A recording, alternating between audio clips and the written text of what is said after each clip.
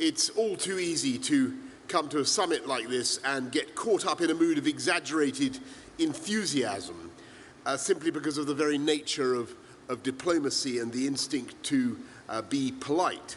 So as this first stage of the COP26 draws to a close, and don't forget, there are still 2 weeks of detailed negotiation to come, we must take care to guard against false hope and not to think in any way that the job is done, because it is not. There is still a very long way to go.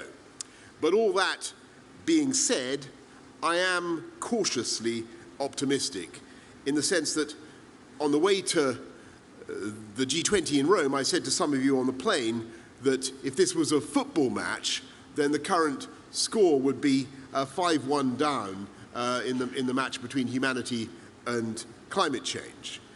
And I think what you could say today, after 2 days of talks with around 120 world leaders, is that we've pulled back a goal, or perhaps even 2. And I think we're going to be able to take this thing to extra time, because there's no doubt that some progress has been made. We're ending the great Chainsaw Massacre with more than 85% of the world's forests to be protected by the end of this decade, an unprecedented agreement by 122 countries now, backed by the biggest ever commitment of public funds for forest conservation, with much more still to come from the private sector.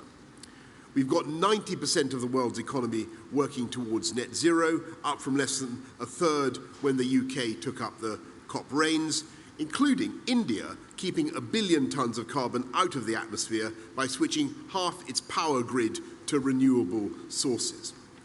More than 100 countries have just signed up to cut their methane emissions by 2030.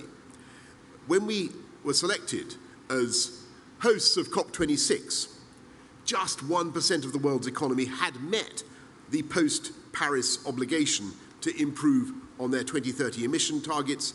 Today, that figure stands at 80%. And it's not just that we're putting forward better targets or bigger targets. The world has been actually putting forward the plans to reach those targets. Billions of dollars have been committed to supporting developing and vulnerable countries.